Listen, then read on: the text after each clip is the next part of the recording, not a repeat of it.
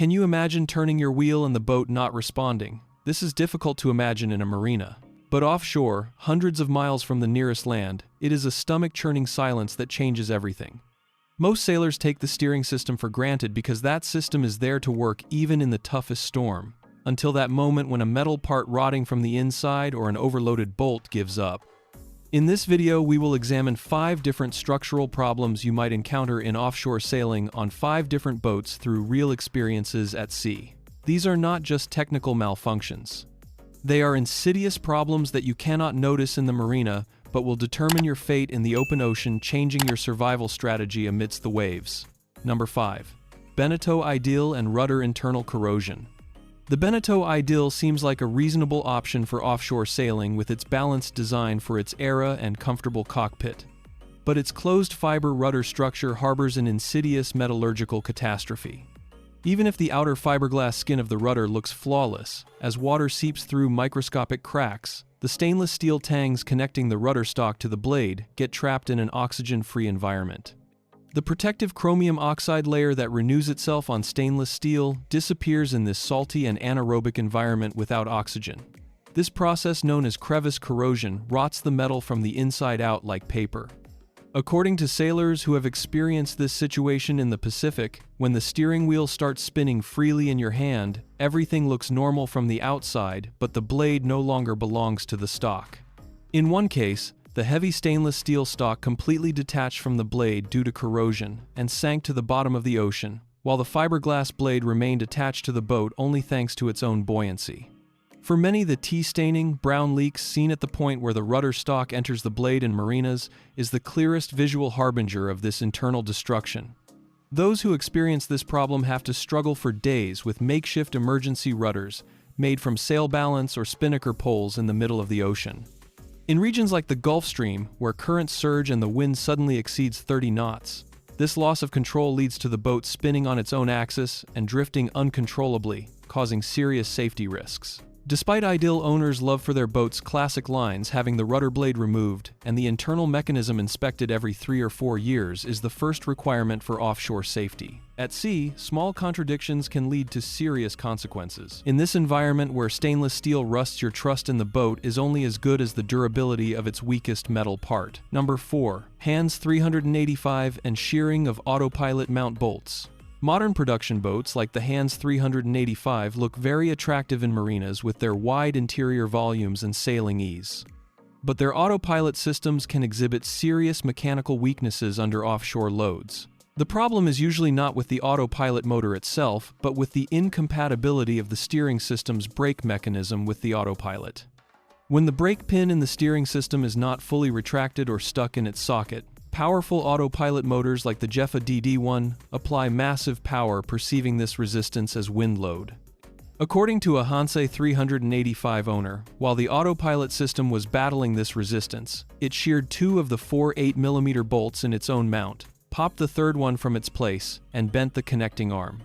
On a night watch while your crew is sleeping, the autopilot silently unscrewing its own mount and lifting the cover up 4 to 5 centimeters and lowering it down is a terrifying sight. If you hear a grinding sound coming from the helm while the autopilot is running in these boats, this is often a sign that the brake has not fully opened and the motor is fighting against the bolts. Offshore sailing without an autopilot for a 2-person crew means holding the helm for 24 hours straight, which is a physically exhausting process. Sailors heading out on long voyages with modern boats like Hanse need to reinforce the autopilot mount area and ensure the brake mechanism is free under all conditions. Low loads on the autopilot in coastal sailing hide this problem, but in moments like a Bermuda crossing where waves grow and the system really starts working, the mistake is unforgiving. Number 3. Alberg 30 and breaking of bronze rods inside the rudder stock. Classic full-keel boats like the Alberg 30 are known for their traditional sturdiness, but even the metal gear inside this heavy structure has a service life. Alberg designs feature 3 bronze rods connecting the heavy mahogany rudder blade to the tiller stock, and these rods fatigue by being subjected to dynamic loads billions of times over years of sailing. In James Frederick's famous case in the middle of the Pacific when these bronze rods broke, at the same time the tiller went completely slack in his hand and the rudder became a piece out of control. Realizing that you have no rudder alone in the middle of the ocean is the darkest moment of your sailing life. Frederick described this situation by saying the tiller went completely slack in my hand. To fix such a breakdown, entering the water from the boat means risking your life in an environment where the stern of the boat rises and falls sharply in a wavy sea. Frederick achieved a miraculous success in bringing his rudderless boat to Hawaii by using a sea squid drogue and steering with sail balance. Steering with a drogue is like steering a kayak with a paddle. It requires endless patience and constant adjustment to keep the boat's bow on the right course by pulling on the line on the windward side. For Alberg owners, checking the condition of these bronze rods is a difficult and expensive job, requiring the complete removal of the rudder blade. But this cannot be compared to the price of being rudderless in the open sea. The perception of strength is sometimes the biggest danger, because when you say nothing will happen to this boat, metal fatigue may have silently finished its job. Number 2. Maxi 120 and steering linkage bolt failure. Although the Maxi 120 is a boat reflecting the sturdiness of Swedish engineering and giving confidence in northern European waters, its complex steering transmission system exhibits an unexpected weakness in offshore conditions. In these boats, the movement of the steering wheel is transferred to the rudder via a chain and steel cable mechanism. However, the bolts at the point where the chain connects to the cable are quite sensitive to metal fatigue. The problem is not in the rudder but on the way to the rudder, and this creates a frustrating helplessness, meaning that you cannot control it even though you can physically reach the helm. Charlie Pank, who experienced this break on that long and desolate route between Galapagos and Marquesas, stated that the helm went empty all of a sudden, and control was completely lost. The malfunction usually gives no warning. The microscopic fatigue crack inside the bolt gives up at the moment you need it most, just as a huge wave hits from the stern. In this case, trying to make a blind repair in the middle of the ocean on a rocking boat by accessing a narrow and dark area under the beds in the aft cabin turns into physical torture. Opening the hood behind the pedestal steering and checking the system takes only 10 minutes, but most sailors neglect this critical point as long as they see the system working. Fine metal dust accumulating around the steering blocks is the clearest sign that the cable is worn, and a wire breakage could happen at any moment. Every part without a spare in offshore sailing is a risk. And regularly replacing these bolts with high-strength stainless steel spares is much cheaper than being rudderless in the middle of the ocean. Number 1. Westerly 24 and corrosion in rigging and mast step. Although the Westerly 24 has the capability to cross the Atlantic, despite its small size, rigging errors in small boats can lead to disaster much faster. The biggest enemy of these boats in offshore sailing is the standing rigging. The fixed rigging wires left loose. When the rigging wires are not tense enough, the mast shakes like a whip in the wind. And this shaking puts snatch loads, sudden shock loads 3 to 4 times the normal load, on the rivets in the mast step. Sailors who lost their mast in a storm usually fall victim to the hidden corrosion at the mast base and weakening rivets. When the mast falls, you do not just lose your sail power. The aluminum profile and steel wires falling into the sea can cause serious structural damage by hitting the hull. Events like this, experienced in severe weather like Storm Amy, show how loose rigging and neglected rivets determine a boat's fate.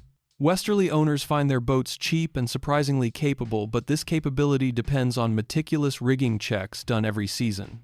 Galvanic corrosion between the aluminum mast and stainless steel rivets silently eats away the metal and destroys that last millimeter holding the mast up. Renewing the standing rigging and examining the mast step against the smallest crack before heading out on an offshore voyage is the only thing that prevents you from being rudderless and sailless on a dark night when the wind exceeds 30 knots. Hidden enemies, fuel and energy systems. Just as much as structural problems in boats, changes in offshore performance of systems are vital. Fuel contamination, known as diesel bug, turns into a disaster with the waves in the open ocean airing the sediment and water at the bottom of the tank. An engine running calmly in marina water can suddenly stop when filters clog in seconds in the ocean. Another modern problem is the BMS systems of lithium batteries. If the battery bank is fully discharged, the BMS system shuts itself down for protection. In this case, the autopilot navigation and sometimes even the engine starting stop. You need to know the black start procedure to wake up the BMS again. Usually it is necessary to give voltage to the system with an external jump pack or engine alternator, but this is not always easy when the system is locked. Also, in-mast furling systems are a major topic of discussion in offshore sailing. Experienced sailors argue that a sail getting stuck inside during a storm can make controlling the boat impossible, so the slab reefing system is always more reliable. The story of these 5 boats reminds us that luck is not a strategy in the middle of the ocean, because the ocean puts every small negligence you did not notice in the marina in front of you as a crisis at the hardest moment.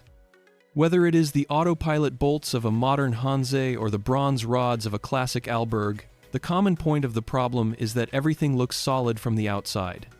The experienced sailor focuses not on the gel coat of the boat, but on the color of the bolt in the bilge, the sound of the rudder stock, and the tension of the rigging. It is not just the steering or rigging. Issues like sediment at the bottom of the diesel tank flying up and clogging filters during a storm, or the BMS system of lithium batteries suddenly cutting energy, are also offshore problems that can happen at any moment. Offshore sailing is a test of that deep and honest relationship you have with your boat, and only those who master the invisible details safely reach the harbor. Knowing your own boat's weak points and learning to live with them is the key to peaceful years you will spend at sea. If you liked our video, please do not forget to subscribe to our channel and like our video. See you in the next videos.